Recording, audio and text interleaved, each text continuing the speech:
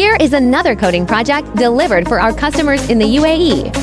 Designed for busbar components, this customized powder coating line integrates multiple processes to meet the specific requirements of this project. The process starts with careful workpiece loading. Each component is positioned and transferred into the production line, ensuring a smooth and consistent process from the very beginning.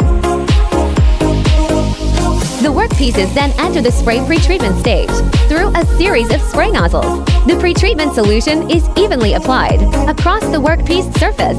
As the workpieces move through the system, the spray treatment provides consistent surface coverage, preparing each workpiece for the coating process.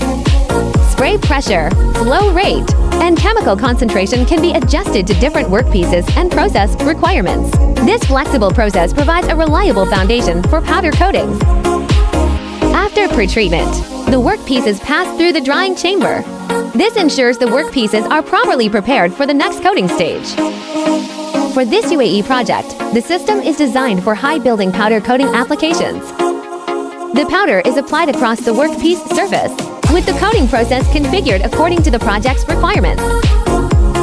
After inspection, the coated workpieces enter the curing oven. The curing process completes the coating cycle and helps achieve the required coating performance.